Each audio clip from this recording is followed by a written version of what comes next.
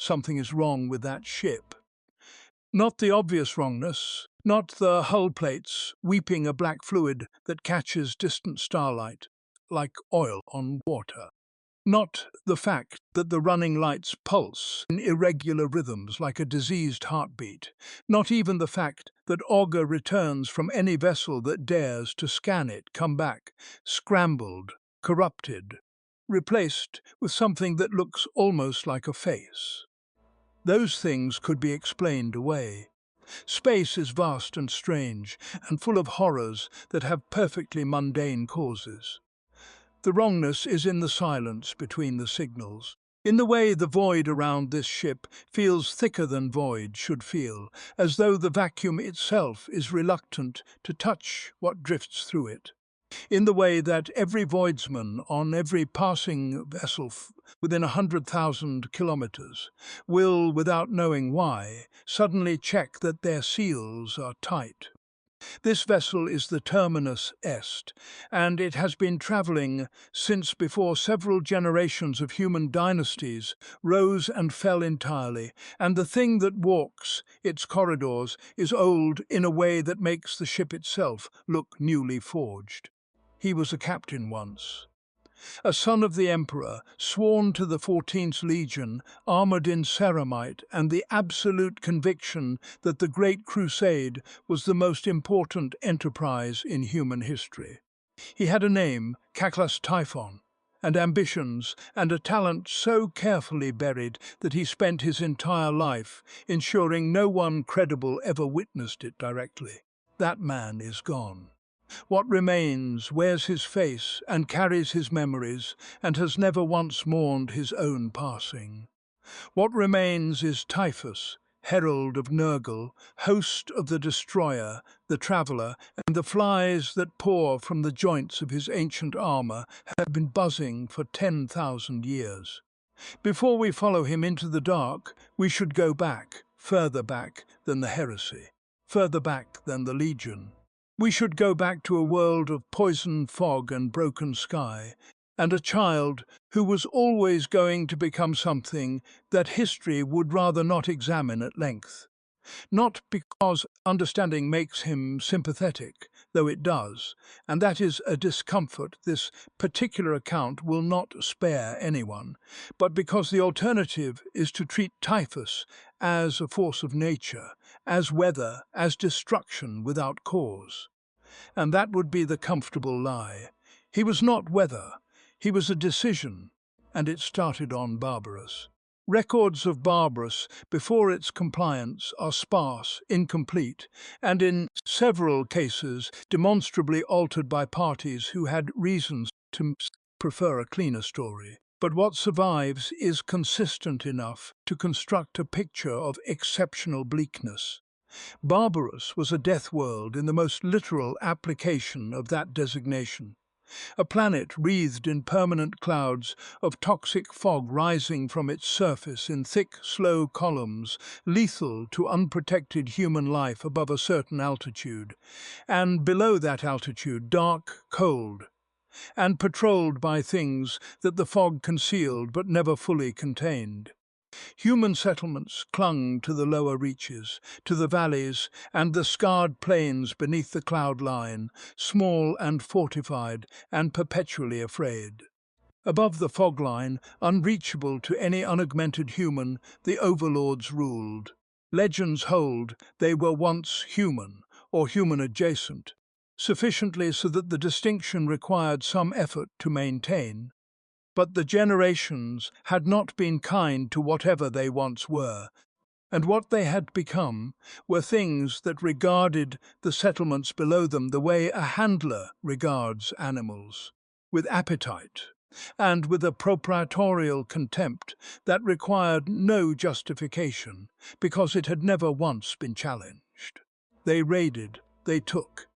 They applied their dominion to the humans beneath the fog, with a total indifference to whether those humans survived the process. Into this world, it is said, Callus Typhon was born with two inheritances that would spend his entire life pulling against each other.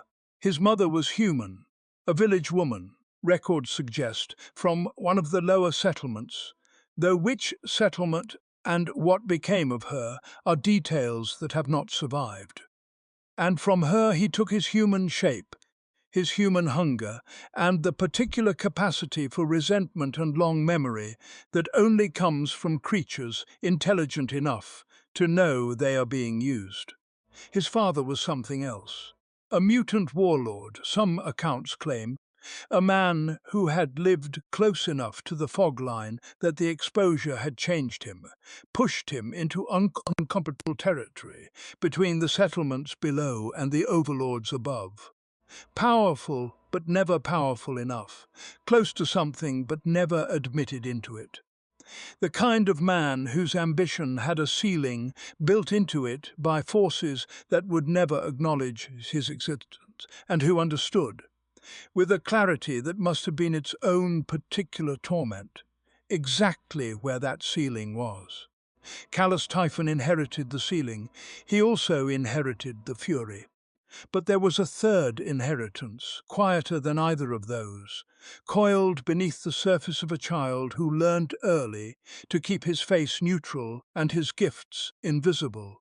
He was a psyker, not a marginal one, not a latent sensitivity that flickered sometimes at the edges of perception and could be managed with discipline and careful denial. Something genuine and deep and reaching. A connection to the currents of the Imperium so fluent and so specific that in any other legion, on any other world, in any other political climate, it might have seen him celebrated, elevated, converted into an asset of the Imperium rather than its eventual nightmare. But this was Barbarus, and the men who would eventually come for him were Death Guard, sons of Mortarion.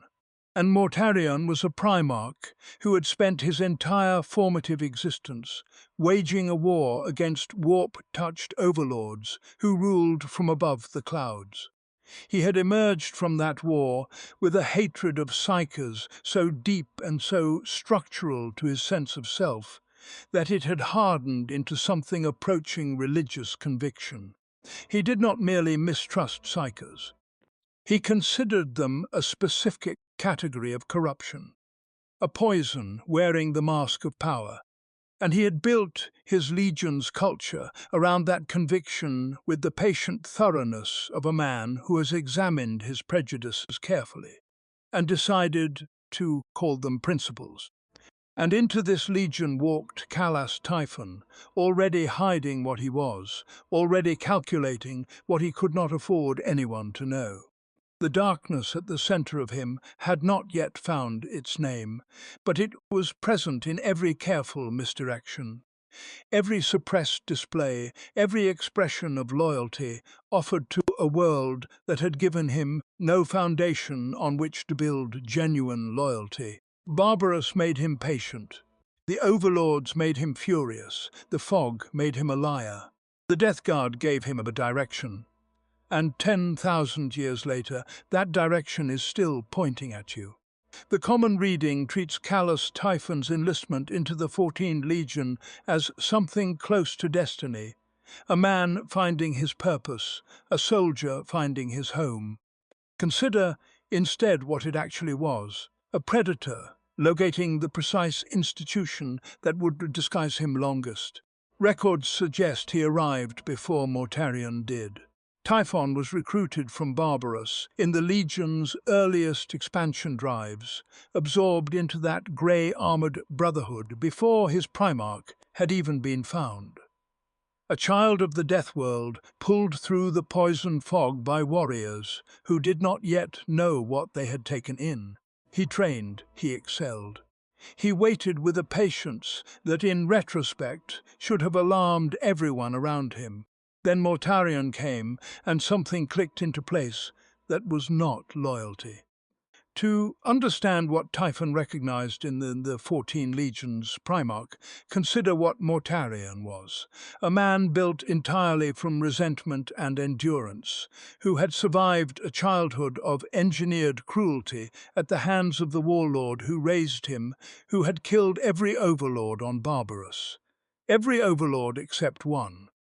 That final figure, the High Overlord Necair, had cut Mortarion down with sorcery when brute persistence was not enough, and it had taken the Emperor himself to finish the kill. It is said that Mortarion never forgave the Emperor for that, not for saving him, but for witnessing his failure. A prideful man, given lasting cause to resent his own father, is a remarkably predictable instrument. Typhon understood this architecture of bitterness. He had grown up under those same warlords, half-blood and liminal, dismissed by the humans below the fog line and never fully claimed by the overlords above it. The wound Mortarion carried was a rougher, nobler version of Typhon's own, the same injury, inflicted by different instruments, worn differently by different men. Mortarion made his wound into armour. Typhon had made his into a weapon. They recognized each other the way cracked mirrors do, imperfectly, each reading in the other what he wished to find rather than what was truly there. Typhon rose quickly through the Death Guard's ranks, quickly enough, legends hold, to raise questions in a legion that prized methodical endurance over sudden ascent. But results have a way of quieting questions. He earned his place as first captain, as a commander of rare tactical economy, as a soldier whose outcomes consistently exceeded what his methods could cleanly explain. He was also, by this point, already navigating the Terminus Est through the warp without sanctioned navigator-borne guidance. This is the detail that retrospective scrutiny cannot comfortably accommodate. Typhon possessed psych gifts powerful enough to steer an entire fleet through the Imperium by instinct alone, and he exercised them inside a legion, where psychers were regarded with contempt bordering on institutional revulsion. Mortarion's hatred of sorcery was foundational to the Death Guard's identity, encoded by a Primarch who had nearly been unmade by it. And yet Typhon stood at the helm of the flagship, transit after transit, his nature never formally examined and never formally named. The question that demands asking is not how he hid. The question is what he was doing during the hiding. Some claim that the Plague God is patient in ways that living minds cannot accurately model. That devotion offered quietly across decades accumulates in ways a single dramatic conversion never could. If that is true, then every transit Typhon made through the warp, every time he touched the Imperium alone in the dark between stars, was a communion his Primarch never suspected was occurring on his own flagship. The Horus Heresy is commonly described as a seduction, Primarchs turned, legions choosing sides under pressure or deception, the War Master spreading corruption outward in careful, patient increments. For Typhon, this framing is almost insultingly imprecise. There was no seduction. There was no difficult calculation, no night of doubt. There was a man who had been positioning himself for exactly this moment for a very long time, and when Horus raised his standard at Istvan, Typhon did not switch sides. He revealed the side he had always occupied. The Death Guard's path to the traitor cause is, on its surface, Mortarion's story, a Primarch's pride leveraged, his resentments given direction, his long-held sense of being deployed as an instrument rather than honoured as a son made finally operative by the right words at the right hour. Records suggest Mortarion required less work than many accounts credit. He had not loved the Emperor's arrangement for some time, if he ever had, and the Great Crusade's machinery of compliance had done little to cultivate warmth. Horus offered him visible respect and direct acknowledgement. The sense of being chosen by a peer rather than owned by a patriarch, which was precisely what the Emperor had never managed to provide, and precisely what Mortarion had never admitted he required. Who ensured that Mortarion's resentments were articulated back to him in the language most likely to harden them into irrevocable decision? Typhon understood his Primarch with the specificity of long, careful study. Mortarion's pride was enormous and particular. Pride in endurance, in self-sufficiency, in the Death Guard's identity as warriors who needed nothing, who conquered through attrition what others could not take by force, who wore death like armor because they had made their peace with it generations ago. That pride carried an exact vulnerability. It could not sustain the suspicion that the Legion was regarded as an expenditure rather than an investment, that their campaigns in the Crusades' margins were assignments rather than recognition. Typhon did not manufacture this suspicion. He tended what was already growing with a gardener's patience for slow and unremarkable work. When Horus's message came, the ground had been prepared for years. The Death Guard's commitment to the traitor cause did not require dramatic confrontation or sudden revelation. It was the slow yield of a process that had been running, quietly and without visibility, since before the heresy had a name. Some claim that Mortarion was offered gifts in the turning, promises of elevation beyond the merely transhuman dominion over death itself. Whatever he believed he was choosing, Typhon's motivations occupied an entirely different register. He was not choosing Horus. He was not choosing power in any form his Primarch would have recognized or approved. He had already been given to something patient and enormous, and the Death Guards turned toward treacheries in his accounting, simply the delivery of a vessel to the correct position. 50,000 Astartes, their gene seed shaped by generations of poison and attrition, their legion's character already oriented toward endurance and slow decay. It is said that Nurgle had been reaching toward the Death Guard for a very long time, and that Typhon was the hand that guided them within reach. The Death Guard committed. Mortarion believed he had made a choice. And Typhon stood at his Primarch's shoulder, the most trusted voice in the room. His counsel seemingly without agenda, his loyalty seemingly without fracture. Because the particular horror of a patient betrayal is that it looks, until the very last moment, like nothing more than devotion, and you would have believed it. The history books call what happened next to betrayal, as though betrayal implies surprise. A betrayal requires a prior trust, a genuine turning away from something once held, but callous Typhon had been nursing this design for decades, patient as rot, and nothing he did in the transit to Terra was improvised. The Death Guard were ordered to join the siege, Horus having committed his coalition to the destruction of the Emperor's palace, and the 14th Legion set course for Terra. 50,000 Astartes aboard a fleet of plague hulls and bone-grey warships, proud and grim and utterly unaware of what their navigator had already arranged. Typhon was navigator.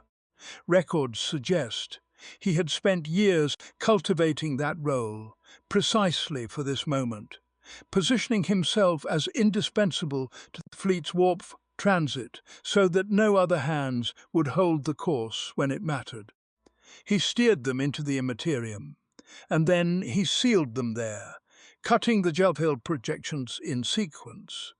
It is said opening the ships to the raw warp by degrees, so that the initial failure might pass as malfunction.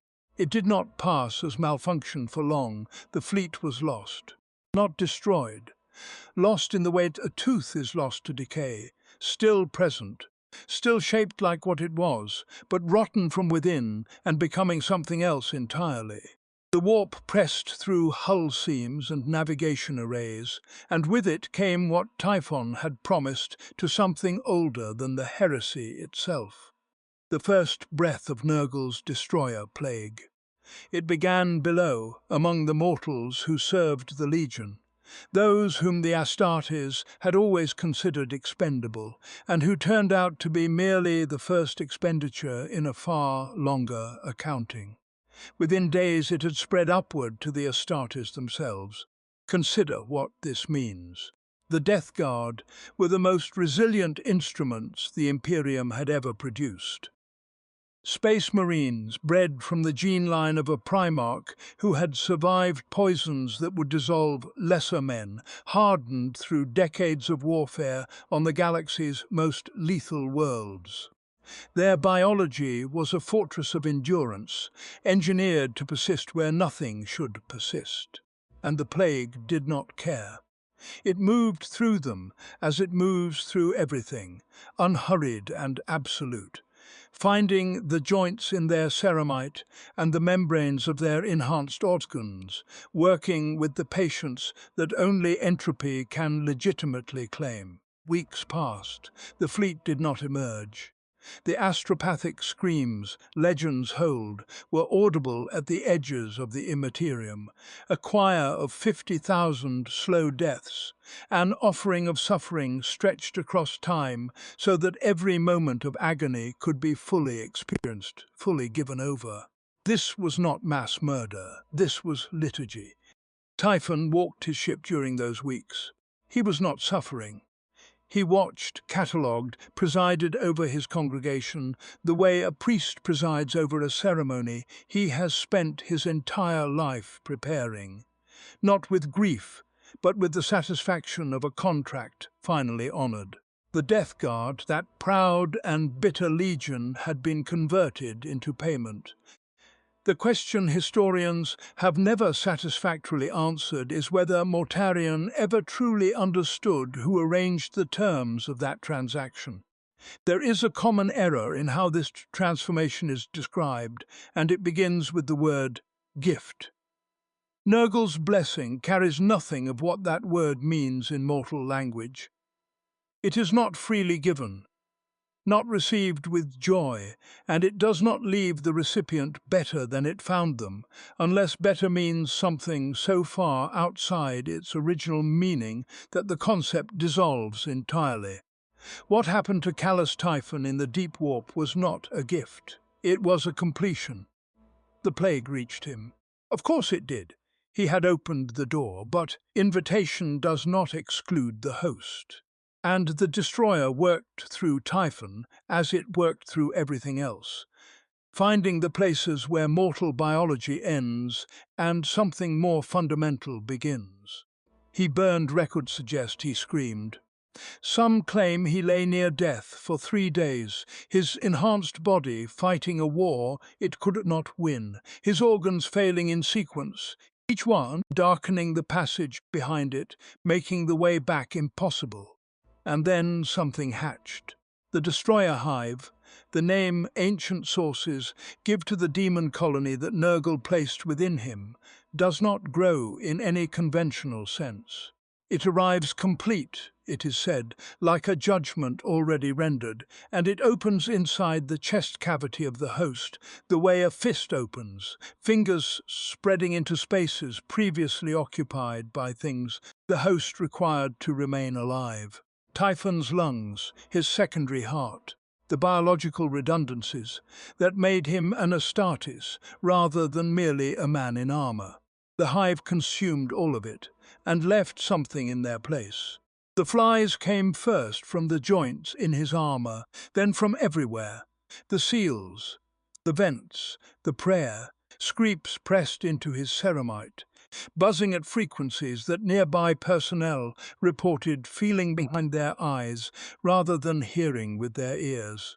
His armour began to rot from within, then fuse with what the rot was becoming. Ceramite and corroded flesh, and the chitin of a billion daemon insects merging into one continuous structure, one continuous organism, one continuous argument about what a living body is ultimately for. Callous Typhon was dead. What rose from that process was Typhus, the Herald of Nurgle, the host of the Destroyer, the walker in the hive, the traveller. a creature the sources struggled to classify because it occupies a category that language was not designed to contain. He is not a man who carries plagues. He is not a demon wearing a man's shape. He is what the warp assembled from the raw material of a traitor's ambition, and the result was more dangerous than either component. A cold and patient will, sheathed inside a plague engine that has never once stopped generating new methods of communicating Nurgle's theology to the uninitiated. The destroyer hive within him, it is said, is not entirely under his control. Some legends hold that it grows plagues of its own devising, infections that even Nurgle did not specify, experiments running in the dark cavity of Typhus's chest without full knowledge or consent from either the vessel or the god. The patron did not give his herald a weapon. He gave him a tenant, and the terms of that arrangement have never been entirely clear to either party.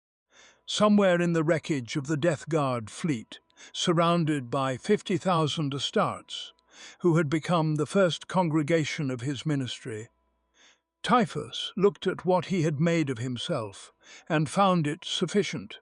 He had asked for dominion over death and received something older than dominion, kinship with it.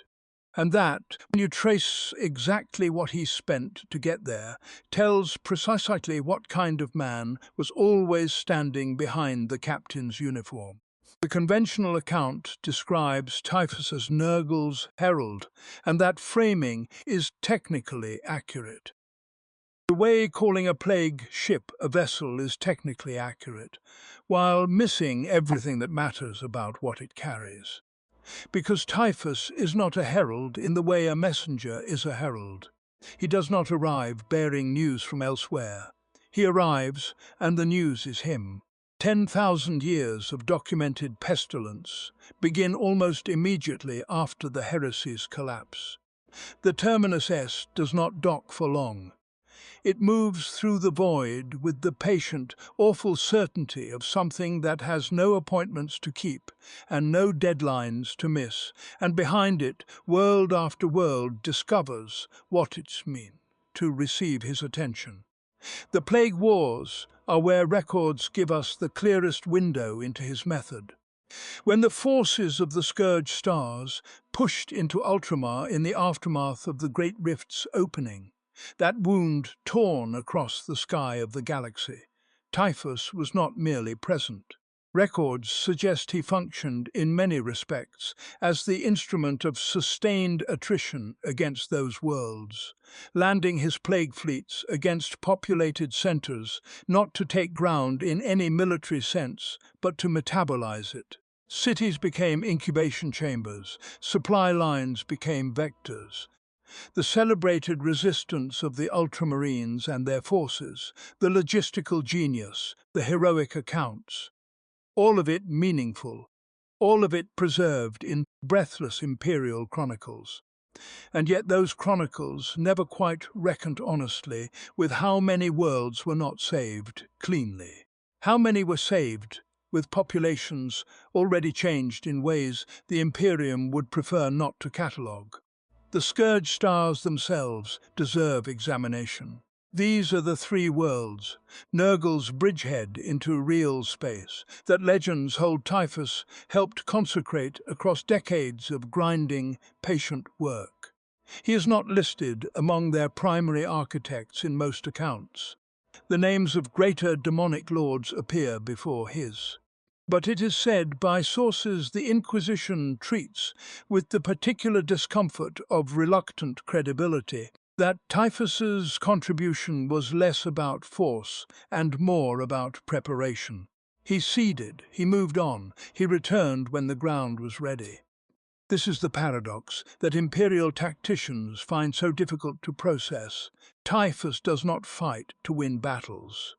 He fights to win conditions. He has the patience of something that cannot die of old age, something that does not experience waiting the way a mortal does, and he deploys that patience with a cold, deliberate intelligence that is physical tyranny. A mountain of rusted ceramite and open wounds, trailing flies like a comet trails debris, does everything possible to obscure. And then there is Mortarion. The relationship between Typhus and his Primarch after the heresy is one of the stranger features of chaos as a political arrangement, if such a term can be applied to something so fundamentally corrosive. Typhus betrayed Mortarion. This is not contested. He fed the Death Guard to Nurgle before Mortarion ever made his own capitulation. And the Primarch, who knows this, who has had 10,000 years to contemplate it, has not destroyed him. Some who study the dynamic of the traitor legions argue that Mortarion cannot bring himself to, because doing so would require acknowledging the degree to which he was managed. Others suggest the Primarch understands, on some level, that Typhus's treachery was the fulcrum of everything, that, without it, Mortarion might have died in the warp, a mortal man, rather than ascending to the daemon form he now occupies. Gratitude is too warm a word for whatever passes between them. Mutual acknowledgement of a shared catastrophe is closer.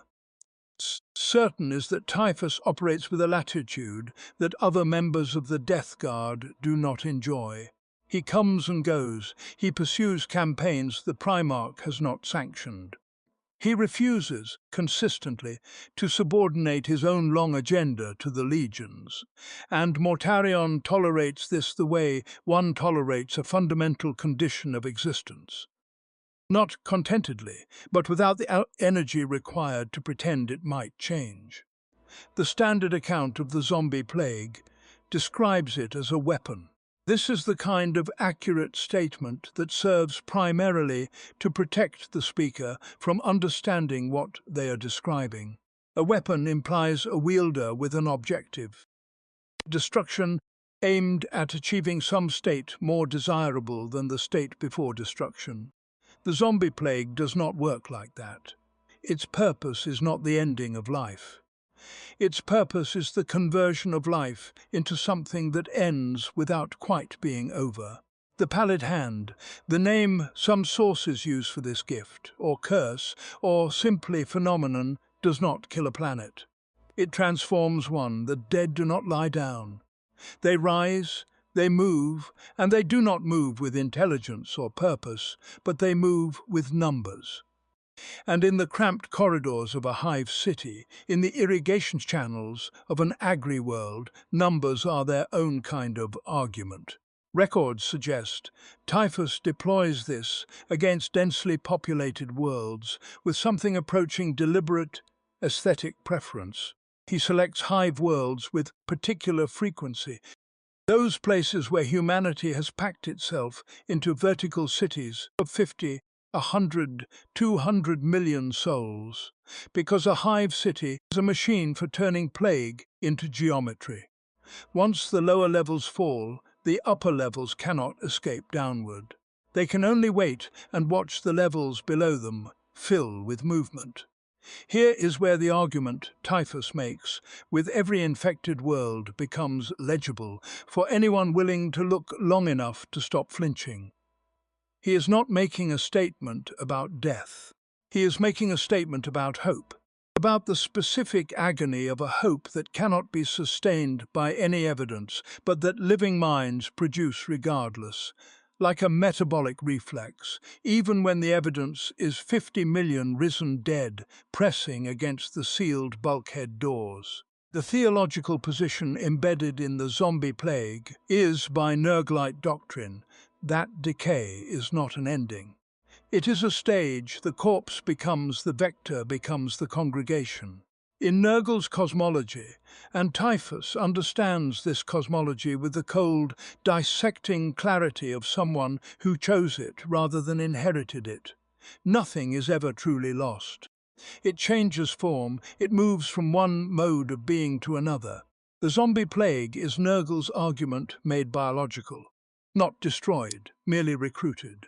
This is the theological horror at the core of the pallid hand, and it is the reason imperial thinkers find it so difficult to answer cleanly. Destruction can be answered. Conversion of this kind requires a counter-argument about the nature of existence itself, and the Imperium has never been particularly well equipped for that kind of debate. What this reveals about Typhus specifically is that he thinks in civilizations, not bodies. He is not counting casualties, he is redesigning purpose. A world that fed the Imperium's armies becomes a world that feeds the garden. An agri-world stripped of its function becomes a monument. Open fields of slow-moving dead, no longer planting, no longer harvesting, converting the landscape's remaining nutrients into something the flies find suitable. He does not claim these worlds for territory. He converts them into arguments. Slow, inert, permanent arguments, written in the language of rot, about what all of it was always moving toward. Typhus does not hate the living. This is the final thing to understand about his philosophy, and it is what makes him, in some ways, more disturbing than the Chaos Lords who do. He is not angry, he is not grieving. He looks at a living world and sees, with patient, genuine appreciation, a thing that has not yet become what it is meant to be. He considers himself to be helping. He has always understood himself to be helping. And in the long silence after a campaign, as the flies settle, as the last survivors seal the last doors, as the slow tide presses against them in the dark, the awful, genuine conviction underneath all of it is that he is not entirely wrong about the direction things are moving, and somewhere deep in the rot, he has never once thought otherwise. Here is where the story becomes uncomfortable in a different way, because the comfortable reading, the one that allows the audience to set this down and sleep, is that Calas Typhon is simply gone, consumed by the destroyer hive, hollowed out and replaced by something that merely wears his choices like a skin. That reading is wrong, and the evidence against it is considerably more disturbing than the alternative. Consider the contempt. It has been 10,000 years since the betrayal at the Eye, 10,000 years since the Terminus has first wept, rot into the void, and Typhus still holds other men in the same precise hierarchical disdain he carried as a youth beneath Barbarus's poison cloud. He does not hate indiscriminately. That would be chaos, and Typhus is not chaotic in the way that word is commonly applied to the servants of the dark gods. He selects his targets for contempt with surgical care. The weak who have convinced themselves they are strong, the powerful who mistake their positions for their worth. The loyal who have not yet understood that loyalty is simply the last refuge of the unimaginative. This is not the architecture of a plague. This is the architecture of a man, a specific man, still running his old calculations through a newer, rotting frame. Records suggest that Typhus is rarely where Nurgle would place him, and frequently where Nurgle would not.